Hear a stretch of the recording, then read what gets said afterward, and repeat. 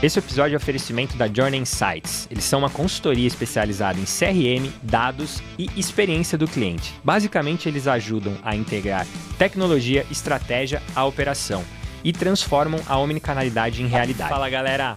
Durante muito tempo, a aquisição era o principal meio de crescimento que a gente via no e-commerce. Hoje a gente começa a ver, e até foi temas muito profundos na NRF 2026, que a retenção é a bola da vez. Sempre foi, né? Mas hoje ele tem um papel de destaque muito grande nas estratégias. Ele passa a ser uma realidade para o dia a dia do e-commerce que quer crescer de forma saudável, sustentável e no longo prazo. É nesse contexto que eu estou aqui com o Guilherme, daqui a pouco eu vou apresentar para vocês, da Journey Insights, uma consultoria especializada que acabou de se tornar mantenedora ali da Start Econ, que ele vai contar a experiência dele, vai contar um pouco do que ele já fez aí em quantos anos de carreira, Gui? 8, 9 anos. 8, 9 anos de CRM, né? Então, imagino que vai ser um conteúdo muito rico ali que a gente vai falar sobre esse tema. Guizão, para a gente começar...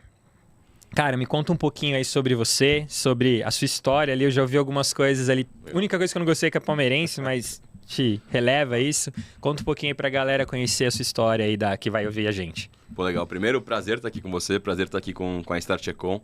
Acho que contando um pouquinho da minha história, é muito difícil falar sem comentar sobre a Journey, né? Que é a grande realização de um sonho, tanto meu quanto do meu sócio, que a gente sempre teve esse anseio de empreender, desenvolver um negócio junto. Cara, eu entrei no mercado de digital há mais ou menos 8 anos e meio, 9 anos ali. Na época entrei numa grande consultoria, que era a Enext, né? Entrei ali como estagiário, fui evoluindo ali dentro. Quando entrei, até estava conversando com o Caio aqui antes de falar, não sabia nem o que era CRM, o que era uma plataforma Salesforce, uma RD Station. E aí a gente vai pegando ao longo do tempo, a gente vai se desenvolvendo ali dentro. Então, minha trajetória foi super legal porque eu comecei ali como estagiário, fui passando para analista júnior, pleno, sênior, depois saí para fazer parte do desenvolvimento de um time de negócios, de uma outra grande consultoria que era focada só no business de Salesforce. E aí consegui trabalhar muito essa visão de operação, de time, de implementação muito forte para a solução do CRM. Acho que essa pauta que a gente vai trazer aqui hoje sobre retenção, ela é fundamental porque ela deixou de ser algo que a gente vai olhar para uma porcentagem de retenção, ela é uma obrigação, né? Não adianta só a gente trazer novos players o tempo inteiro, a gente está numa guerra para aquisição de clientes, então se a gente não manter o que a gente tiver com a gente, não tem como, assim. E eu peguei algumas operações e estruturas bem legais, assim, ao longo da minha carreira, que a gente teve isso como objetivo, assim. Cara, muito legal, assim, eu até falei aqui para os meninos, né, cara, é um dos caras, a gente tem a oportunidade de ver uns caras mais fodas de CRM, pelo menos que eu conheci, então eu acho que vai ser um papo bem legal e bem rico. E, cara, vamos começar assim, acho que antes, né, você falou da Journey, né, como é o seu primeiro podcast aqui, faz uma apresentação aí pra galera, o que vocês estão fazendo, né? A gente colocou aqui vocês como especialista de CRM, dados, experiência do cliente, mas conta um pouquinho como o Journey, o que vocês estão realizando hoje também, que eu acho que é um bom cartão de visita aí, cara. Pô, legal. A Journey tem um pouco mais de um ano, na verdade, né, que a gente está atuando no mercado. A gente nasce com uma consultoria totalmente focada para dados e CRM, tá? E junto com isso, a gente também entra um pouco na visão de e-commerce para implementação, desenvolvimento de site, mas nosso core principal é voltado para dado CRM, tá? Obviamente, né? O e-commerce é muito importante para a gente, até porque quando a gente fala de dado, a gente tem que ter uma noção de orquestrar todas as informações que a gente está recebendo, né? Então é importante ter esse core. E acho que é basicamente isso, assim. Acho que a gente começou ali... um ano atrás, eu e meu sócio em um sonho, basicamente, né? Um ano e pouquinho. Acompanhei essa história aí. Exato. Você fez parte dessa história por muito tempo. Muito bom. E aí, cara, hoje a gente tá com 14, 15 pessoas legal, já. Muito rápido, né, cara? Cresceu muito rápido e cresceu de uma maneira saudável também, assim. Hoje a gente tá com alguns clientes bem legais que estão atuando com a gente. Fala uns aí, cara. Acho que se a gente for pensar pra CRM, assim, a gente tá atuando num projeto bem legal com o Brasil em Gotas, por exemplo. Legal. A gente atuou em alguns projetos bem legais e até vamos estar atuando em um projeto junto agora que é a visão de Bardal, que é um desenvolvimento de CRM vendas, que é uma pauta que a gente fala muito pouco, né? Desenvolvimento de processo de venda, de etapa de venda, de funil Exatamente. de vendedor. E que isso faz total parte numa visão de CRM 360, né? A gente foca muito na visão de marketing, né? Putz, um disparo de e-mail, um disparo de um WhatsApp, uma jornada, mas a gente não entende, às vezes, alguns processos do off que fazem total diferença. Então, esse caso de Bardal é um caso super legal que a gente teve também, que a gente conseguiu seguir aqui dentro. E aí, entre outras marcas, né? Hoje a gente fez um trabalho muito legal com a Scavone Casa, que é uma empresa têxtil aqui do interior de São Paulo. A gente está com CRM com eles, foi nosso primeiro cliente, né? Legal. E a gente, cara, não bateu meta em um mês, acho que desde que a gente está com eles. Então é um trabalho super bacana que a gente faz. E aí a gente tem também a visão de Enciclo, que é uma empresa de um segmento super específico, que é focado ali em coletor menstrual, um mercado super desafiador para a gente conseguir trabalhar, um mercado que ele existe sim um foco muito grande para aquisição, né? Porque é um produto durável, se a gente for pensar. Então, são diferentes formas de conseguir medir um CRM, né? E acho que isso é o mais legal, porque quando a gente fala de retenção para um CRM, que é sim o objetivo e a pauta pela qual a gente está conversando aqui, a gente tem diferentes modelos de negócio, né? Quando a gente fala de um varejo, a gente vai ter uma visão de recompra muito grande, a gente vai ter uma visão de conseguir ofertar produtos relacionados para esse cara.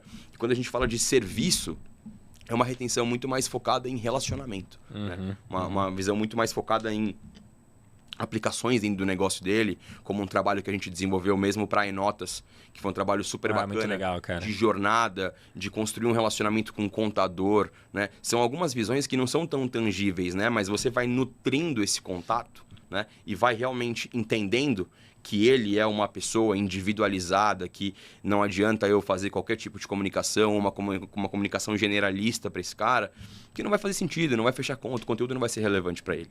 Então, acho que esses são alguns cases bem bacanas que a gente pegou aí. Tem bagagem aí, viu, galera? Cara, agora vamos entrar aqui no tema, né, da retenção, que tem se tornado aí o protagonista, e a gente vê, basicamente, o custo de aquisição cada vez mais caro. Agora tivemos a alegria de mais 12% ali dos impostos no Meta. Exatamente. Cara, me conta aí, por que isso tá... a minha dúvida aqui na pergunta é, por que hoje ele já não é mais o protagonista, né? E como que tá sendo as pessoas entenderem, acordarem que, pô, eu preciso olhar o CRM não como disparador, mas como estratégia, né, cara? Conta um pouquinho aí pra gente, cara. Eu acho que a gente pode olhar para esse tema de diversas óticas, assim. E eu vou falar um pouquinho da minha opinião, da minha visão, assim. Quando a gente pegou, assim, acho que tanto eu quanto você, o começo da digitalização, né? No mercado nacional, por exemplo, a gente viu muita coisa mudando, a gente pegou um episódio de pandemia que foi um acelerador para a parte digital de muitas marcas que não atuavam nesse segmento, né? E muita gente teve que se reposicionar, teve que mudar a sua estrutura para conseguir caber dentro desse formato. E quando a gente fala de aquisição, cara, hoje em dia a gente tem diversos meios, né, de chegar a uma compra, né? Então, por exemplo, eu vou comprar um chinelo, tô dando um exemplo bem aleatório assim. Eu vou levar em consideração vários temas. Eu vou olhar para um marketplace que vai me entregar amanhã esse produto, que vai ter um frete grátis, porque eu faço parte de algum tipo de clube ali dentro. Eu vou conseguir olhar num e-commerce, que eu vou ter ali um valor mínimo para conseguir ter um frete grátis, ter uma visão. Então, quando eu falo para aquisição, hoje em dia a gente está muito mais questionador em diversos temas, né? A gente acaba pesquisando muito mais. Então, o custo de aquisição ele vai ficar mais alto, primeiro, por uma visão tributária, que a gente está vendo que os impostos estão cada vez maiores. Segundo, a briga está muito maior. A gente tem muito mais player vendendo aqui a mesma coisa, os mesmos produtos, e aí a gente vai estar numa guerra por preço, por entrega, por frete grátis, por um benefício por essa compra. Então, para mim, fica muito mais vantajoso eu focar na retenção e manter este cliente comigo, olhando para um RFV, olhando para um tempo que esse cara vai estar comigo. O que é RFV aí para quem está olhando? Basicamente, para a gente conseguir entender um pouquinho da recência, a frequência e o valor. Legal. Então, eu olhar qual foi a data da última compra desse contato, entender quantas compras ele teve comigo dentro de um range de 6 meses, de 180 dias, qual que é o valor médio. Em cima disso, eu consegui construir alguns tipos de persona, né? Qual foi o produto que esse cara comprou? Qual foi os tamanhos que ele comprou? Né? Entender para quem ele comprou, se foi um presente, se foi um produto para ele. Então, a gente precisa focar numa visão de frequência de compra e de manter esse contato com a gente, porque a briga pela aquisição está cada vez mais acirrada. E cada vez vai ficar mais caro você pagar para vender, que essa é a conta que a gente faz, né, no dia a dia. Realmente está pagando para conseguir vender e antigamente a gente tinha um retorno muito maior. Hoje, com essa briga que a gente está, o retorno é menor. Então, eu acredito que faça muito mais sentido e eu tenho um retorno por investimento muito maior de ter uma estratégia bem feita para manter esse cliente comigo, para trabalhar um cross-sell, para trabalhar um upsell, para conseguir fidelizar esse cara em todos os fatores que ele precisa. Para eu conseguir entender quem é o Caio, né? Se o Caio tem filhos, se ele está comprando esse produto para presentear. Né? Qual que é a personalização que a gente vai ter? Qual que é o tom de voz que eu vou usar com esse cara? Né?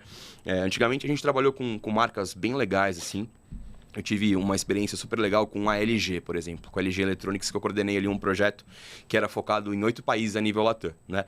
Foi um projeto bem legal porque cada país tem a sua especificidade. Acho que para começar, né, a gente tem públicos diferentes, personas diferentes, o fator financeiro é completamente diferente. Então, quando você olhar para uma Argentina com uma taxa de imposto, uma inflação altíssima, né? Uma comunicação, uma individualidade para um contato não fazia sentido, o preço flutuava muito, o meu poder de barganha ali para conseguir promocionar e vender num varejo era muito menor.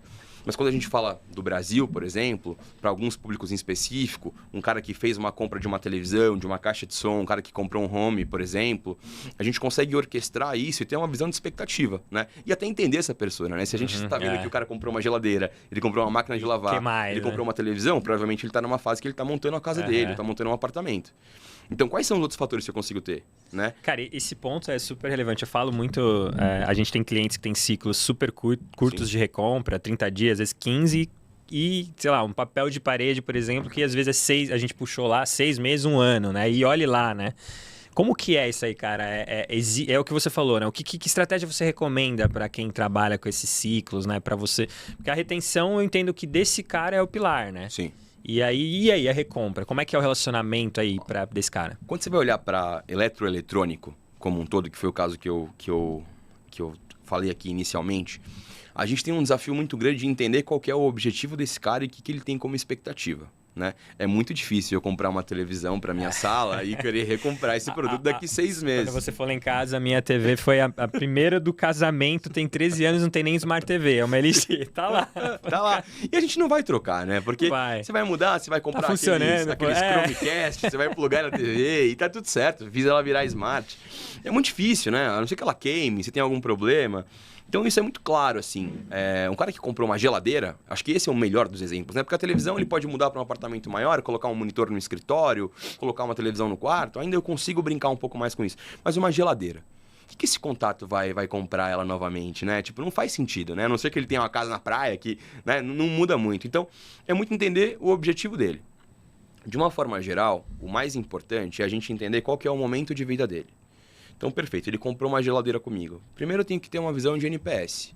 Quais são as categorias que ele gostaria de ter depois que ele comprou essa geladeira? Eu colocar um enriquecimento de dados para esse contrato. Falar, pô, Caião... Isso você manda no NPS. Comprou, pá, como é que foi? E eu posso mandar isso. Hoje em dia, né, com o WhatsApp, tá muito mais fácil, né, cara? Então, eu consigo montar um chatbot e elencar essas respostas ali dentro, ter isso pronto, tá? E eu já consegui imputar isso na minha base CRM e isso virar uma vitrine automática para o contato, assim. Hoje em dia está muito mais fácil do que a gente olhar para 6, 7 anos atrás, entendeu?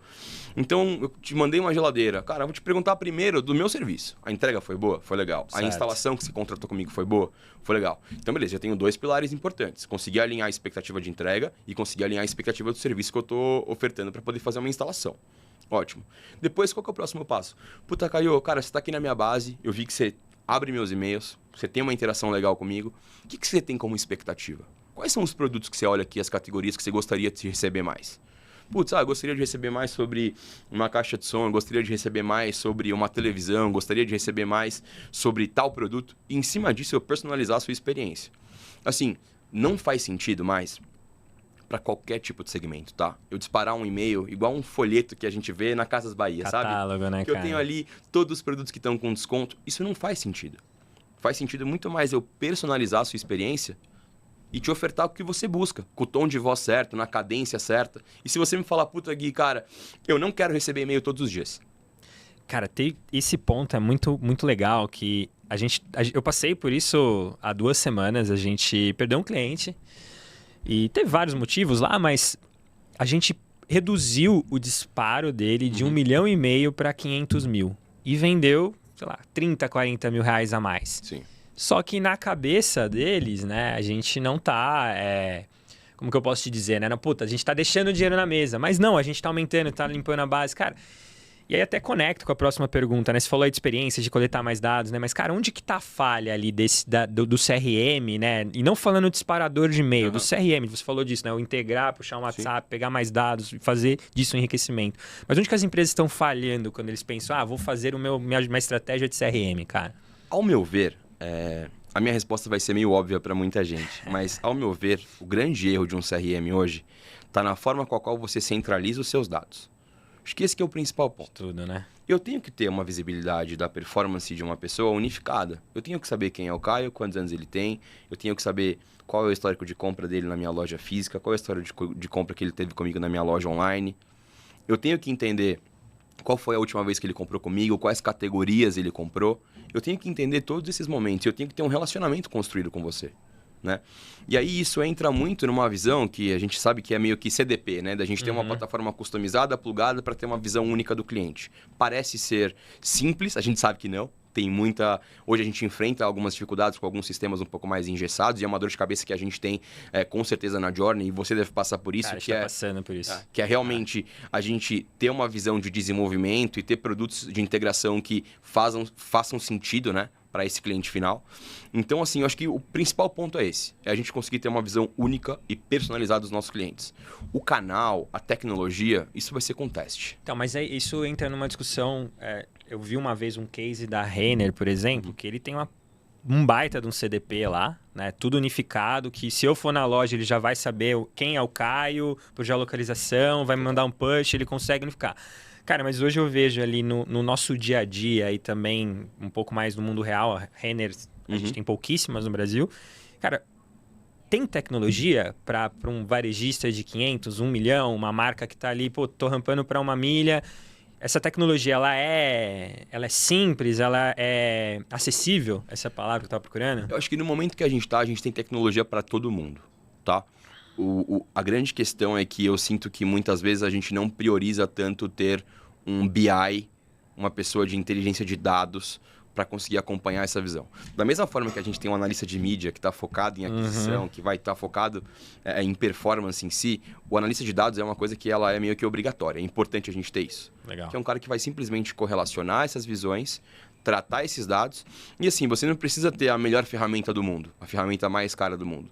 Se você tiver uma pessoa olhando para isso, com esse cuidado, com esse zelo, a gente já consegue chegar no outro lado. Né? Mesmo que seja uma operação manual, Total. cruza dados, né? Total. Que é o case da Enox que você falou era muito nessa linha. Exato. Também, né? E hoje em dia a gente tem ferramentas super legais que não têm um preço absurdo, assim. E a gente nem tá falando de IA, como é que ela pode ajudar 100%. ainda. Né? Tipo assim, se a gente for olhar, por exemplo, vou dar um exemplo de uma tecnologia que a gente é parceiro e que eu defendo muito, que é, por exemplo, a RD Station.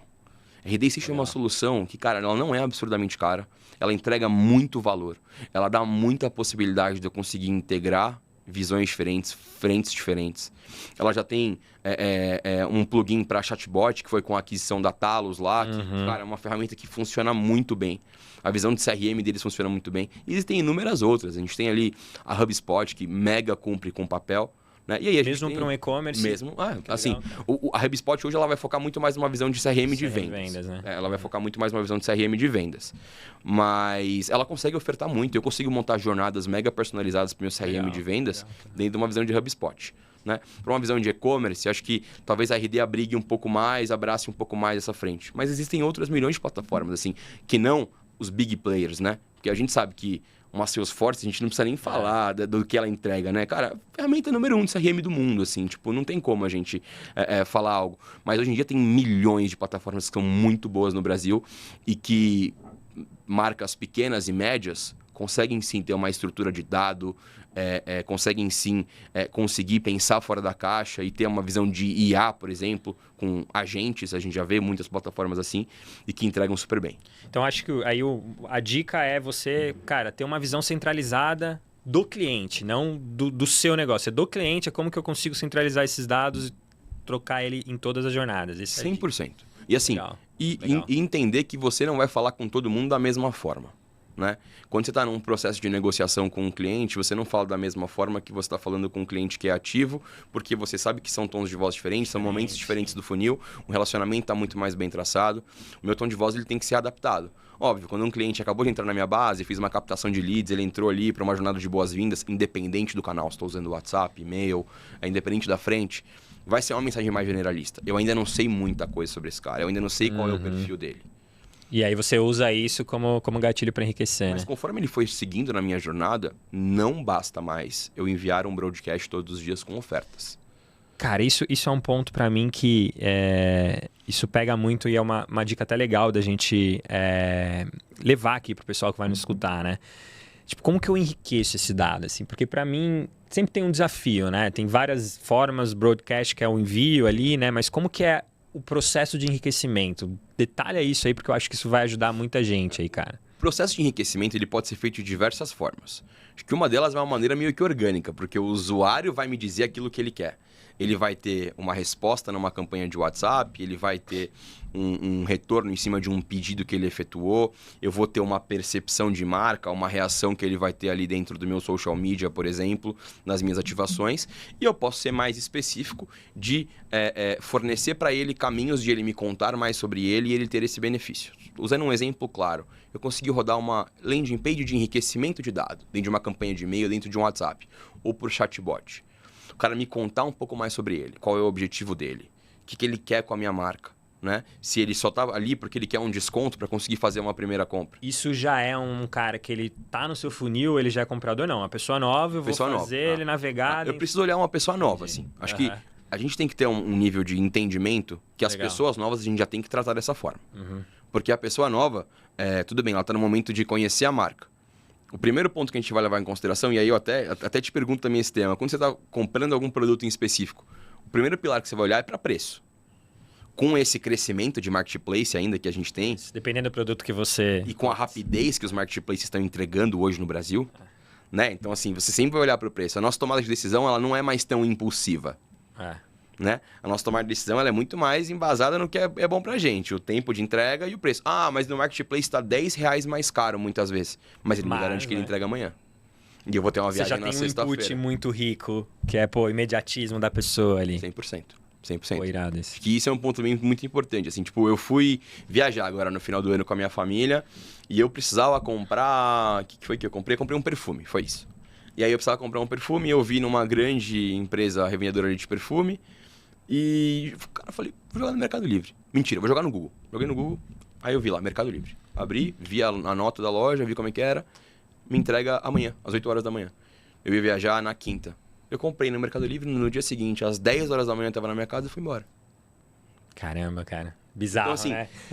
assim, mas eu paguei R$20 mais caro. Mas a comodidade do que ele me entregou é isso.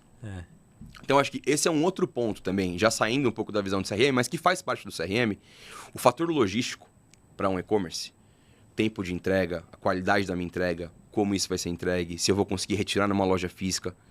Isso também é um fator muito importante nesse processo de compra nesse CRM.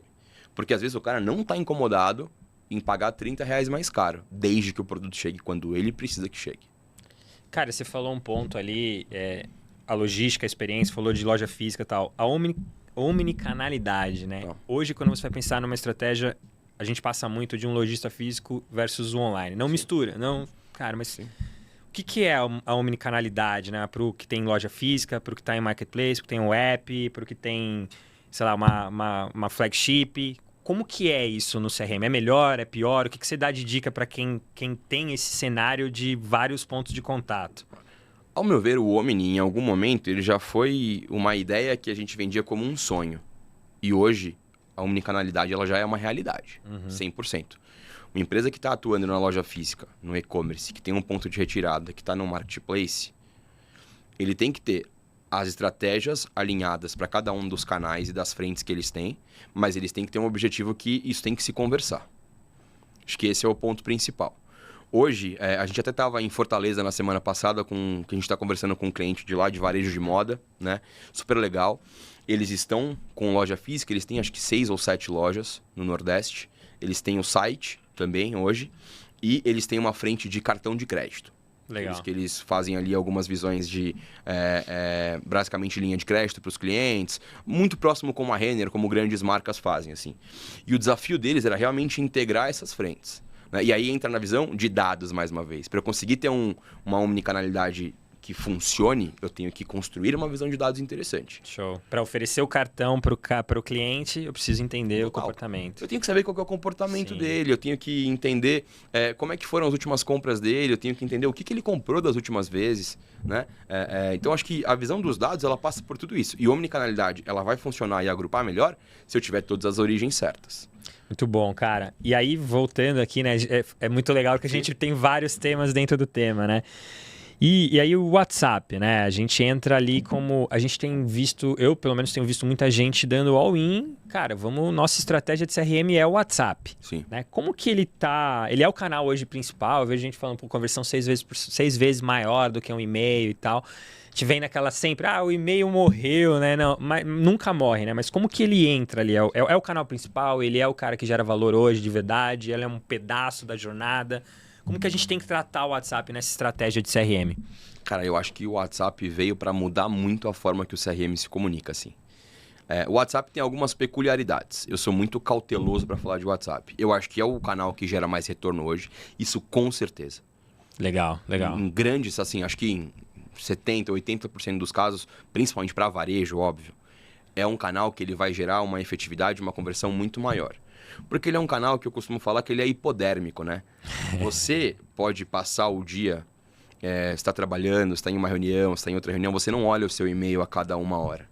Mas o seu WhatsApp você olha. Sim, inclusive durante a reunião, né? Durante a reunião, muitas vezes. Você está resolvendo ali um problema, você está falando com um cliente, um colaborador te manda uma mensagem, quer tirar uma dúvida, você vai ter algum processo ali dentro disso, que você vai abrir seu WhatsApp. Então, é uma coisa que faz parte do seu dia a dia, é uma extensão do teu corpo. Então, uma mensagem, uma promoção, alguma visão que você vai receber ali, vai ser muito mais rápida. Hoje, existem algumas tecnologias até regionais, que são super bacanas, que te montam o seu carrinho já pronto no WhatsApp. Você recebe, por exemplo, eu fui impactado esses tempos atrás aí para uma visão de suplemento, uma empresa de suplemento. Ele monta o carrinho pronto. Creatina, whey... Usando IA ou... Não, assim, com um catálogo, 100% da tecnologia desenvolve tudo. Ela olha seu histórico de compra, ele monta seu carrinho e tá aqui, clica aqui e compre.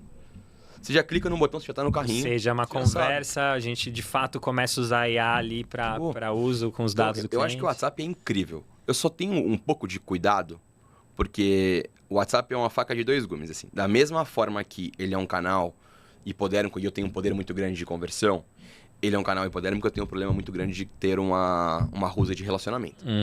Eu não posso impactar meu cliente todos os dias com o WhatsApp. Isso é bem importante. Entendeu? O e-mail me dá uma liberdade um pouco maior. É um canal também importante, que gera menos conversão. Eu não acho que o e-mail morreu, acho que ele está super vivo. Mas se a gente for colocar em uma visão de prioridade, o WhatsApp está vendendo muito, muito mais, assim, dependendo do negócio. Quando que o head ele precisa ter esse discernimento de, putz, vou mandar um WhatsApp, vou mandar um e-mail, como que é essa diferenciação ali para todo mundo ter muito claro isso? Ao meu ver, é relacionamento.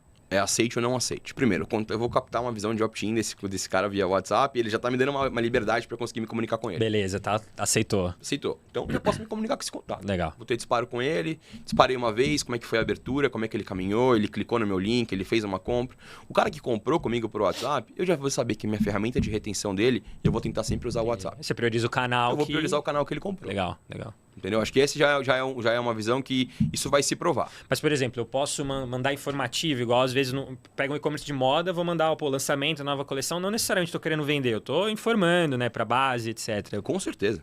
Assim, legal tem até algumas plataformas, eu vou dando jabá para uma galera que depois que a galera que nossa, escuta tá? Aí, ó, vamos falar. Eu vou dando um jabá para uma galera que tá com a gente no dia a dia, né? Até o pessoal da Revi lá do Bruno. Legal. O cara é super parceiro nosso e, cara, a Revit oferece uma tecnologia da gente conseguir montar uma vitrine. Então, tipo assim, o lançamento de uma coleção de vestidos florais. Legal. Cara, você faz uma mensagem com card de lançamento da coleção, eu já consigo colocar a coleção inteira ali dentro. Não inteira, mas assim, consigo colocar top 10 produtos. O usuário navega, escolhe o produto, já joga pro carrinho e ele já faz a compra. Cara, que loucura, né? Então, assim, esse comportamento facilita muito esse processo. Cada vez menos ruído, atrito no processo, né? Eu faço tudo isso pelo WhatsApp. Eu não preciso sair mais. A gente vê, né, cara? Acho que a tendência até... A gente estava falando no outro episódio sobre o UCP, né? A tendência é você reduzir o máximo de atrito, né? E aí a gente vê agora, que já é realidade, o TikTok Shop. Você faz uma compra em 30 segundos, cara. É absurdo. É um absurdo, né? Então, você acha que nesse sentido a gente está indo também para o WhatsApp com essa redução de atrito e o canal onde a pessoa está praticamente parte do dia dela. Eu ainda sinto que o TikTok Shopping, ele ainda é uma compra um pouco mais impulsiva. Sim. Tanto é que a gente olha que o ticket médio é um muito pouco mais baixo. Né? Até os produtos que estão sendo ofertados ali não são ticket médios muito altos. O WhatsApp não, você não acha? O WhatsApp não, porque o WhatsApp é relacionamento. Então, cara, mas aí é um ponto que isso é uma validação para mim até. Sim. Eu vejo muito, até eu oriento alguns clientes de falar, cara, o WhatsApp você vai usar naquele... Vou lançar uma promoção no final do mês, uma Black Friday, vou comunicar você por ali. Não não me relacionar por ele, né? Até tem, né? Já vi alguns casos, mas... Então, não, esse conceito que eu tenho na minha cabeça não tá certo. Acho que a gente pode seguir pelos dois caminhos. Legal. O WhatsApp eu posso fazer relacionamento e eu posso fazer a visão da conquista, da promoção, da especificidade ali. Assim, eu tive uma experiência muito bacana também há um curto espaço de tempo com um chatbot que eu comprei um chopp lá para o meu aniversário e aí eu recebi esse chopp, deu tudo certo e aí na semana seguinte ele me mandou uma NPS pro chatbot. Cara, as perguntas que ele me fez, o comportamento de qual foi a última vez que eu comprei, ele sabia a última vez que eu tinha comprado. E tinha sido no meu aniversário do ano anterior, que é um costume que eu tenho. E aí ele foi vendo, geralmente, quando é que você precisa, tudo mais. Eu acabei de preencher o formulário, eram umas 10 perguntas ali dentro de um chatbot. No final ele me deu 15% aqui, ó. Olha que legal. Como você compra de ano em ano, você tem 365 dias pra você poder usar esse cupom. Que legal, cara. Puta, retenção, eu vou com certeza, não só pela mensagem, mas pelo cuidado, né? A forma com que fez. É basicamente a personalização. Isso. Muito bom, muito bom, muito bom. Cara, e aí, esse caso de retenção foi muito bom, mas como que mede isso? Como é que a retenção ali na prática eu consigo de fato ver? Você falou do RFV, né? Mas como é que é esse dia a dia, né? De eu entender que a retenção... eu vejo muita gente, por exemplo, olhando ali, putz, na taxa de retenção, usuários que estão comprando pela segunda vez, mas como que de fato a gente mede isso em dinheiro e retorno para a empresa? Eu acho que o RFV é uma boa baliza para a gente conseguir ter essa visão e montar uma matriz e ter uma clareza em cima disso. Mas eu acho que mais do que isso, é a gente trabalhar com a visão de segmentação de dados. Legal. Então, assim, eu olhei a minha base de contatos que compraram pela primeira vez. Qual vai ser o meu foco para conseguir fazer com que ele compre a segunda? Eu vou construir um fluxo específico destinado à recompra para um tipo de produto. Eu vou construir um fluxo específico focado para um cross-sell, para fazer uma venda casada de categorias complementares. E acho que, basicamente, a gente conseguir ter uma visão de segmentação de dado, agrupar esses contatos por perfil, gênero, idade, e isso é o básico. Tá? Mas o básico hoje em dia. É o básico. E a gente conseguir cascatear isso para categoria, tempo de vida, momento em que esse cara se encontra. Em cima dessa segmentação, ter esse acompanhamento. Acho que a taxa de retenção é um pilar muito importante que a gente vai ter, mas eu acho que a taxa de retenção ela tem que ser capilarizada numa visão de perfil.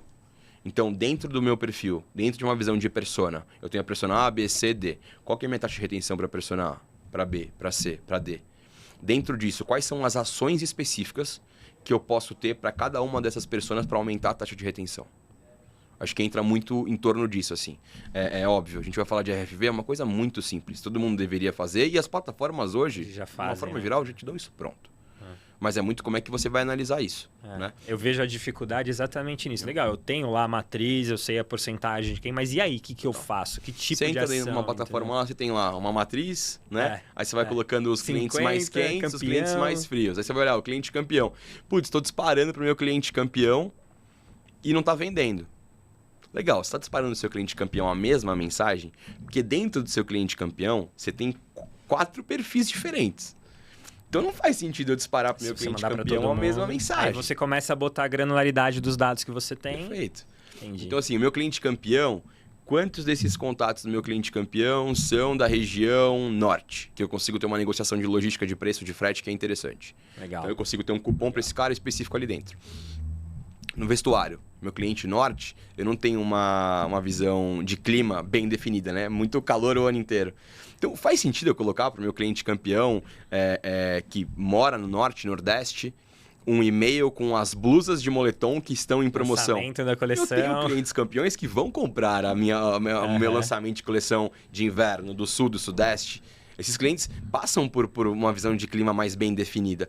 Esse cara não vai comprar um casaco de pluma de ganso, por exemplo. Não faz sentido. Né? Esse foi até uma integração legal que a gente fez. Foi uma das coisas mais bizarras que eu já fiz, eu acho. Que a gente fez uma integração com o Clima Tempo.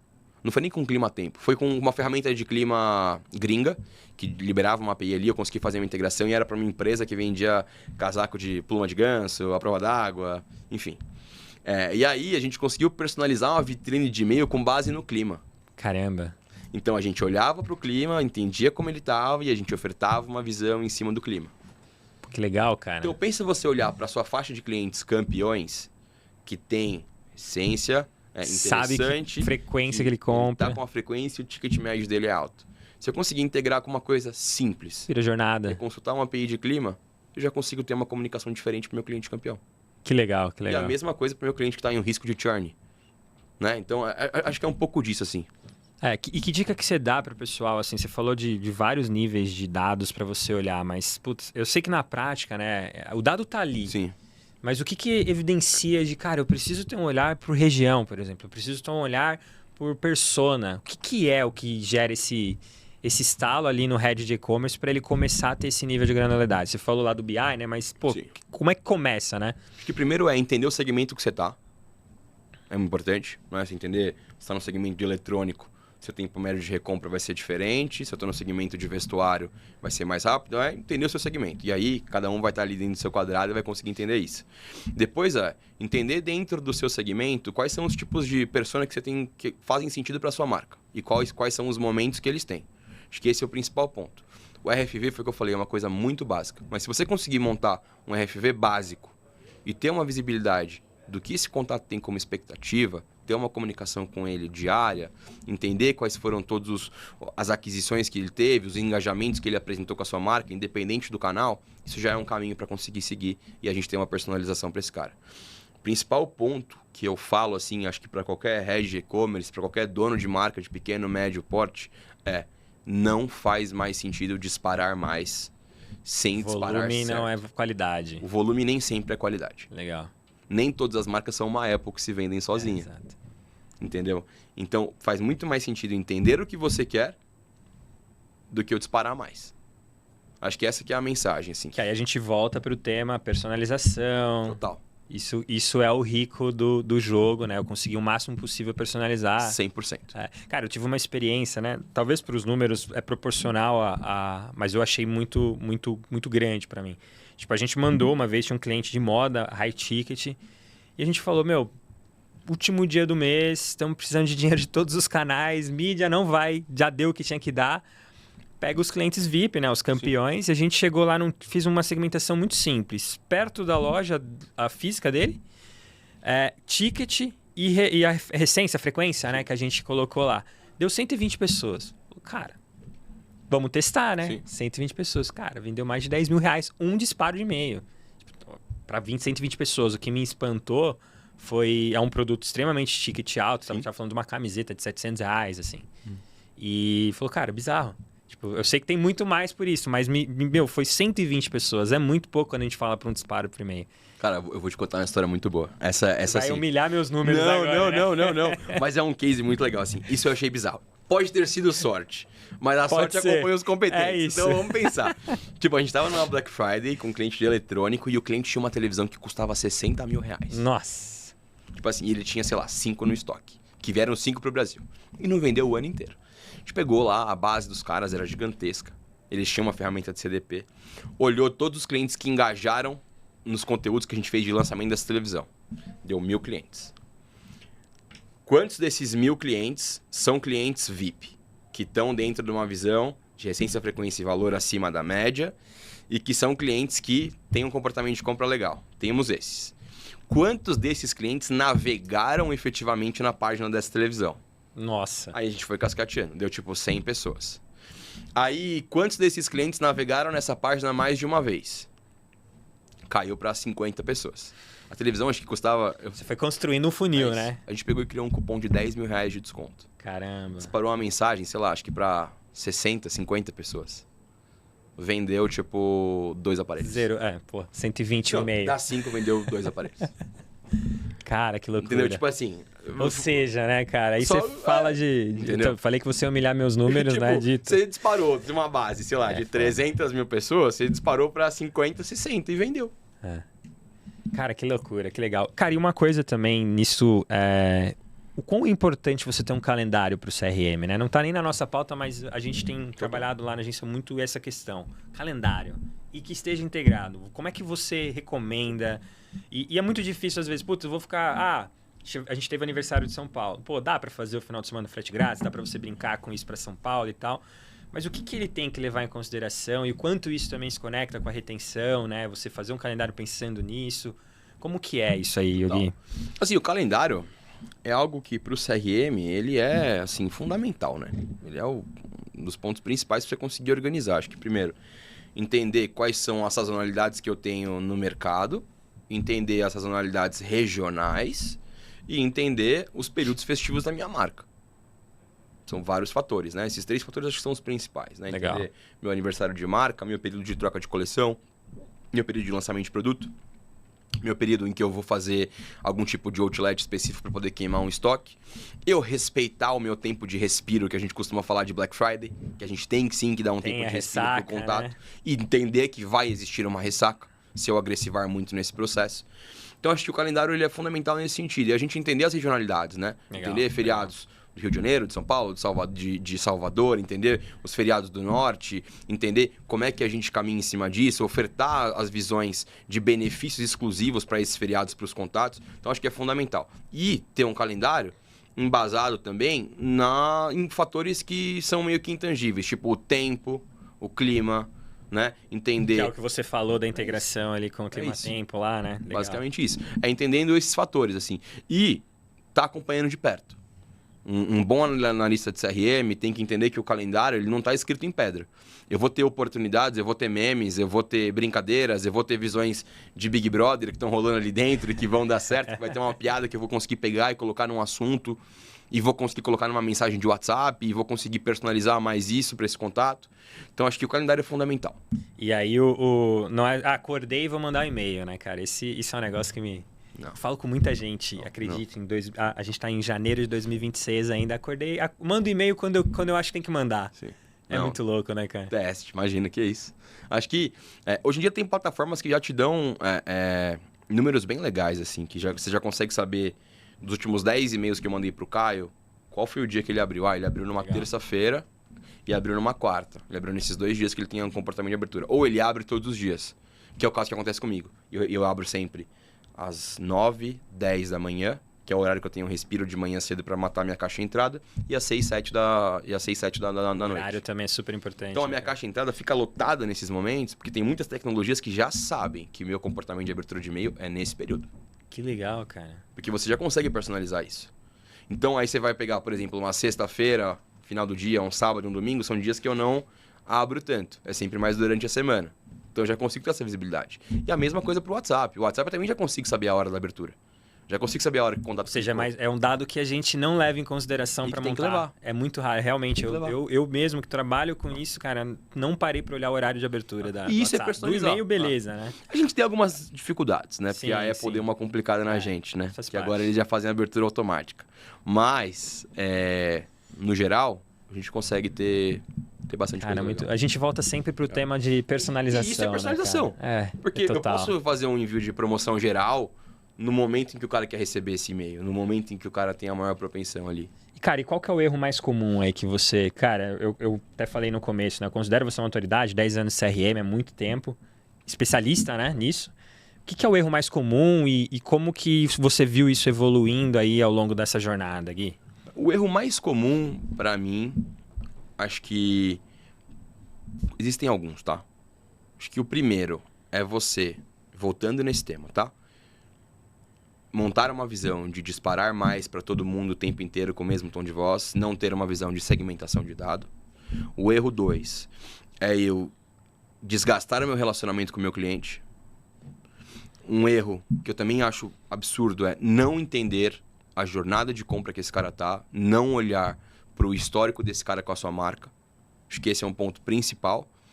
E eu acho que alguns erros que a gente coloca é muito a gente justificar muitas vezes por uma tecnologia. Acho que a tecnologia, se a gente for colocar ali numa responsabilidade, né, vai ser muito mais 80% estratégico. Caramba! Né, e 20% uma solução. Óbvio, vai ter algumas soluções que, para a complexidade do negócio, não vai ser aderente. Mas na grande parte não é ali o problema. Mas a grande parte, para conseguir executar uma campanha, uma segmentação simples, todas as plataformas vão entregar. Então, é muito ser parecido, um pouco mais estratégico, ser um pouco mais... saber mais sobre o que você está fazendo. Saber mais sobre a sua marca. Se você fosse elencar ali, pô, beleza, você conhecer a marca, eu acho que todos os lojistas e os heads vão conhecer, mas é você olhar para isso, olhar para esse dado e analisar. O cara do BI está ali consumindo, tendo essa experiência com dado, isso é o diferencial que você enxerga para dar certo? E mais do que isso, a gente conhece a marca com a qual a gente trabalha e com quem a gente é dono. Mas muitas vezes a gente não conhece a percepção que o usuário tem perante nossa marca. E a gente precisa entender que a percepção que o usuário tem da nossa marca, ela vai ser completamente diferente entre os perfis. Eu sei o que a marca é, eu sei como ela funciona, eu sei como ela é, mas a minha percepção para os clientes vai ser difícil. Nem todas as marcas vão ser uma farm, que tem uma percepção de valor das clientes, dos clientes como um todo, tá muito claro, tá tudo muito alinhado. Nem toda marca tem uma construção de marca assim, às vezes é muito sobre percepção. E essa percepção vem de inúmeros fatores. Vem do relacionamento que eu construo, vem do interesse desse cliente, vem dos meus fatores logísticos, de métodos de pagamento, de como eu atendo esse cliente quando ele tem um problema, de como eu me comunico com relação ao tamanho do produto, às especificidades dele, né? Então, acho que saber sobre a marca, acho que todo head de e-commerce vai conhecer e vai ter essa profundidade. Mas o que as pessoas pensam sobre a nossa marca é o mais importante, eu acho. Legal. É um desafio também saber, mas Total. É aquela coisa, a personalização. Isso foi um tema legal, né, cara? Hoje eu vejo... quando a gente começou, tecnologia tinha acho que 3 ou 4. Sim. Eu cheguei, até brinco, né? Quando eu trabalhava no Mercado Livre, eu cheguei a operar o Oracle. Como é que é o nome do Oracle? Do CRM? Do CRM. O Responses. O Responses. Cara, era bizarro entrar naquele negócio. Desculpa a galera aí, mas era muito louco. Eu tô falando de 10 anos atrás, mais ou menos. Quase, né? E hoje você vê tudo super user-friendly, bem fácil de operar. Mas mesmo assim eu vejo a galera mudando, cara, de hora em hora de plataforma de CRM. Tipo, essa aqui não me atende, essa aqui não entrega. Qual que é a justificativa disso, cara? O que é? É a falta, talvez, de profundidade? Não sei, queria... Qual que é o diagnóstico do porquê isso acontece? Eu acho que é muito uma visão de que achar que a tecnologia sozinha vai mudar o negócio de patamar. Existem alguns casos que vai mudar sim, porque tem algumas tecnologias que são absurdamente boas, que entregam e que são meio self-service em inúmeros cenários, e que eu não vou ter uma dependência técnica muito grande, ou que eu vou ter uma dependência técnica muito grande, mas eu tenho um time para fazer isso acontecer. Foi o que eu falei, a tecnologia ela influencia, sim mas legal. Para mim não é um fator que influencia 100%. Você tendo uma visibilidade da sua marca, você tendo uma estrutura pequena, média, hoje, acho que esse não é um fator que a tecnologia vai bater. Vai mudar. Forte. Agora, se você tiver uma estrutura gigantesca, com milhões de integrações de dados, milhões de sistemas sendo acoplados, eu conseguindo ter uma visão de loja física, de revendedor, de e-commerce, de CRM vendas, conseguindo trazer esse processo de uma força de vendas, aí sim, a tecnologia vai ter um fator importante, porque nem todas vão conseguir te oferecer isso. Tudo em Mas você está em outro tamanho, você está em outro cenário. Quando você está nesse cenário, é muito difícil ter uma troca muito robusta de tecnologia, porque você já tem um time de dados interno, que constrói bem, que tem essa visibilidade, né? Eu trabalhei na Novartis por um tempo, né? Não fui de agência o tempo inteiro. E aí eu fiz parte ali de uma visão de transformação digital, de conseguir adaptar alguns processos internos ali da etapa de omnicanalidade ali como um todo. Cara, quando eu entrei na Novartis, assim, eu fiquei até assustado com o tamanho de um time de dados que eles têm. Que legal, cara. Né? E assim, é um time que, cara, funciona super bem, uma empresa fantástica, assim. E os caras já trabalham com sistemas extremamente robustos, porque eles sabem que para poder suportar essa estrutura, você tem que ter um sistema diferencial. É muita ponta, né, cara? Exatamente. Muita tecnologia ali. Não, bizarro, muito bom, muito bom. Cara, e aí, pra gente ir pros finalmente aqui, experiência e foco no consumidor, né? É tecnologia ou é cultura, cara? O que você deixa de dica ali para quem quer de fato implementar uma estratégia de CRM eficiente? Qual que é o olhar que se deve ter dentro da empresa? Acho que a cultura tem que existir, prioritariamente. Mas que isso é tangível? O que é cultura, cara? Primeiro, acho que é a cultura de fornecer uma boa experiência para o cliente. Esse é o ponto final. Se eu fornecer uma boa experiência para o cliente, eu vou conseguir mensurar melhor o que está dando certo e o que não está dando certo. Acho que cultura entra muito nessa visão. Experiência do cliente, tá? Entender visão de o que ele espera da minha marca, qual que é a percepção dele. Ter essa visão, mais uma vez, aquela metodologia data first, mensurar as minhas estratégias e os meus gatilhos em dados e aí usar a tecnologia para conseguir alavancar isso. O começo de tudo é você fazer a captação de dados? Você recomendaria sim. Cara, começar a entender que dado que influencia? Acredito que sim. Tipo, que é muito... Até um paradoxo aqui. Não sei se essa vai ser a palavra correta que eu vou usar, mas tipo, quando você tira um pedido, vem tudo. Nome, endereço, região, telefone, se você quer pedir de sexo, aniversário, Sim. tudo, né? Mas ainda isso hoje em dia é básico, né? Básico. Não, isso aí é a informação que você vai ter em todo e qualquer pedido, né? Mesmo assim a gente ainda não usa, mas exato, o começo é você entender isso. É isso. Assim, isso com o básico você já consegue fazer muita coisa. O problema é que muita gente não respeita nem o básico, assim. E CRM não é mágica. Eu não acho que CRM vai ser uma coisa que a gente vai tirar da cartola uma segmentação específica. Cara, monta o básico. Monta a sua estrutura básica. Alinha o seu objetivo de empresa com a sua estratégia de CRM. Entende quais são as pessoas, como é que você vai fazer esse cara continuar contigo, né? Testa mais canais, testa mais possibilidades. E aí eu acho que entra a visão de tecnologia. A tecnologia viabiliza a cultura, a sua forma de pensar. Exatamente. Né? Eu acho que primeiro você ter um planejamento muito bem montado, entender teu público, entender o que você está fazendo e usar a tecnologia para conseguir entender isso. Entender não, né? Para conseguir veicular isso. Muito bom. E aí existe um outro fator. Que aí eu acho que a tecnologia é importante, mais do que como veicular, mas as informações que elas te devolvem. Porque o CRM, eu tenho uma devolutiva de informação muito grande. De engajamento, de interesse, de clique, de tráfego gerado. Eu consigo ter uma visão exclusiva de cupons de desconto que estão rodando só para o CRM, como é que está sendo as minhas conversões assistidas. Hoje a nível de vitrine também você consegue saber integrar. Tipo assim, você tem um CRM legal em casa? Tenho. Putz, tá trabalhando uma estratégia de cupom ali exclusiva para o canal? Tô. Cara, você está mensurando a tua conversão assistida? Você está mensurando o relacionamento? Porque assim, a tomada de decisão agora não é eu abrir um e-mail e vou comprar uma jaqueta de R$1.000. Mas fez parte desse processo. O cara engajou comigo digitalmente, o cara abriu meu e-mail, o cara abriu meu WhatsApp, eu impactei ele por outro canal. Foi no ChatGPT perguntar. Ele foi lá no ChatGPT e perguntou quais são as jaquetas melhores para uma viagem que ele vai fazer para Bariloche, sei lá. Entendeu? Beleza, mas aí eu percebi que ele abriu 3 e-mails, que dentro desse tempo que ele abriu 3 e-mails eu mandei um WhatsApp para ele, ou ele abriu 3 WhatsApps e ele engajou. Eu mandei um carrinho para ele chegou no carrinho, ele voltou, não finalizou a compra. Eu tô numa estratégia com ele legal e eu vi que ele converteu depois de 3 semanas dentro de uma campanha de mídia. Tá, mas o CRM teve parte, né? É a gestão do relacionamento com o cliente. Eu me relacionei com ele até ela chegar à conversão. Então eu acho que esse é um desafio que eu coloco muito para os nossos clientes na Journey, de a gente olhar a assistência do CRM. Que legal. Ele não vai ele toca pro gol. Total. Ele assiste muito. O CRM assiste muito. Cara, teve um cliente lá que acho que a gente já trabalhou junto nesse cliente, que era justamente... Putz, não tava... No last click tava horrível. Aí a gente ia ver 30% da venda tava ali na venda assistida, cara. Sim. Foi bizarro isso, assim. Eu acho que é muito a ótica que você olha. Às vezes o last click não vai ser bom. É a jornada hoje em dia, é o tema de tudo hoje, quando a jornada. Você olha para serviço, principalmente. Sim. A gente está dando uma consultoria para uma marca aí que vende alguns serviços financeiros ali. E aí ele fala, cara, putz, minha conversão do CRM é muito baixa. Aí eu falei, o que é baixa para você? Aí ela, porque minha conversão direta tá ruim. Aí eu falei, e como é que tá a sua taxa de abertura ali para novos entrantes? Que é um KPI mais básico do mundo do CRM, para e-mail e para WhatsApp. Tá captação de lead, né? Tá acima de 45%. Eu falei, caramba. Então não tá baixo. Você tá falando que você tá fazendo uma captação de lead, que o cliente tá se inscrevendo organicamente nas primeiras campanhas ali de boas-vindas, de apresentação do serviço.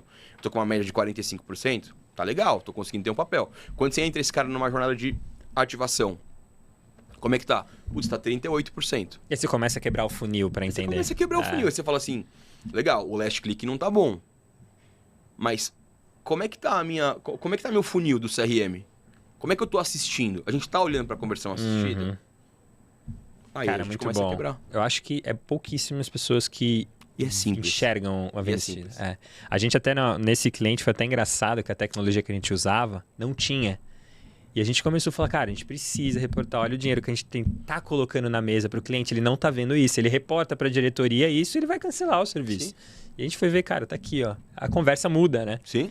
Cara, muito bom, a gente tá chegando no encerramento aqui, mas eu tenho quero tirar uma dúvida que também é minha, que todo mundo me pergunta e eu falo um número mágico, mas eu sempre tenho dúvida se esse número é mágico. Não tá no roteiro aqui também, tá? Mas o que é um share do CRM ideal, né? A porcentagem sobre as vendas que o CRM deve, ou e-mail, né? Deve representar no e-commerce, cara. Cara, essa pergunta é difícil. Você vai ter que falar um número. Você tem 10 anos de bagagem em CRM. Assim, óbvio, né? Se a gente for olhar pro custo que o CRM tem, né? Um custo que eu vou ter em mídia, geralmente, quando eu vou tacar em aquisição, ele vai ser muito maior que um custo que eu vou ter em CRM, obviamente. Com certeza. Né? Eu tive marcas no ano passado que eu bati no CRM 45%. Nossa, é muito bom, hein? De share. Mas por quê? Porque é uma marca de vestuário, o público é extremamente engajado. As minhas clientes VIP, pra você ter uma ideia, eu tenho mais de 1.000 pessoas e essas clientes VIP compram 5 ou mais vezes no ano. Nossa, então é um ótimo... Tem uma receita muito grande ali, né? Para essa participação, cara, legal. É gigantesco. Sim. Mas se a gente for olhar para uma participação saudável, eu identificaria, assim, um bom fator que meu CRM está caminhando para um lugar certo, 20% de share. 20%. Assim, legal. É bom. É um share legal. Okay. Mas aí, mais uma vez, entra na visão do segmento, entra do quanto você está investindo em mídia, entra do quanto a sua marca ela vai ter uma penetração focada em aquisição 100%. Porque, mais uma vez, você está falando de uma marca, de um produto específico, que a minha recompra, ela é uma marca de monoproduto, tá? Tenho ali 1, 2, 3 produtos principais, vendem super bem, super nichado. O meu CRM, para poder trabalhar uma retenção, eu vou ter uma participação muito menor. Óbvio que vai estar na mão da mídia, grande parte. Vai estar na mão de aquisição, vai estar na mão de influencer. Entendeu? Que esse é um outro ponto que a gente não falou, mas fica para uma próxima. Que é como acoplar a visão da jornada de relacionamento com o cliente com o digital influencer também. Deixa, esse pode ser um tema para próxima, hein? Eu acho que é uma boa. Inclusive, esse cliente que você citou no começo, ele já me procurou pra gente procurar resolver esse problema. É um ótimo tema. É uma briga legal, tá? Eu imagino. Porque a gente tá vendo que os grandes influencers, que são muito caros, que eles conseguem gerar um valor, tem alguns estudos já rolando que pequenos e médios influencers, eles conseguem ter uma penetração muito maior em alguns grupos específicos. Talvez volta a personalização, né, cara? Tudo volta aí nesse tema, né, cara? Que legal, que legal. Muito bom, muito bom. Guizão, estamos chegando aqui nos finalmente. Foi muito legal o papo, cara. Obrigado aí pela sua presença. Sejam bem-vindos à Start Econ. Eu também estou dando aqui as boas-vindas junto com você, mas, pô, repito aqui, né? Um dos caras que eu mais admiro ali quando a gente fala de CRM, tanto você quanto o Lívio, seu sócio. Legal. E, cara, conta um pouquinho aí como que o pessoal te encontra, né? Nas suas redes sociais, LinkedIn. Legal. E para que todo mundo saiba aí, para trocar essa mesma ideia com você. Primeiro, prazer também estar aqui contigo. Acho que o convite é muito legal. A gente sempre teve uma relação muito boa, tanto com você quanto com o Lucas ali. Pessoas que a gente admira muito, né, no mercado. Acho que, falando um pouquinho sobre a Journey, né, a gente consegue colocar depois na descrição também lá no nosso site, nosso LinkedIn. Mas pode me procurar no LinkedIn como Guilherme Osés, fiquem à vontade. Eu gosto de estender esse convite de conversar, não mirando apenas em você se tornar um cliente nosso ao longo do tempo, mas a gente entender um pouco da sua dor, pensar um pouco mais numa visão de consultoria, como é que eu consigo te apoiar, né? Eu tenho diversos players de mercado que chamam a gente e falam, puta Gui, cara, vamos bater um papo, eu quero entender, eu não sei se eu tô pronto para ter um ongoing aqui agora, mas eu quero que você me ajude a estruturar o CRM aqui dentro de casa. Quero que você crie um playbook para mim de como é que a gente vai acoplar isso, como é que a gente vai evoluir nisso, né? Então esse é um trabalho que a gente faz bastante, porque nosso objetivo, obviamente, né, é crescer como companhia, mas é fomentar uma maturidade melhor do CRM todos os dias. É a gente ter parceiros legais perto da gente, é a gente conseguir passar um pouco da visão do que é o CRM e realmente melhorar a visão que a gente tem, né, desse canal todos os dias. Não, boa, maravilha. Eu tenho certeza que vocês entregam. Eu já vi muita coisa. E, cara, é isso. Obrigado. Valeu, pessoal. Espero que tenham gostado do episódio. A gente espera vocês aí no próximo. E quem precisar, ele tá lá no nosso grupo no WhatsApp. Quem quiser fazer parte, entra no nosso site, pede autorização e a gente vai ser um prazer aí poder trocar com vocês em níveis de conversa como essa. Valeu!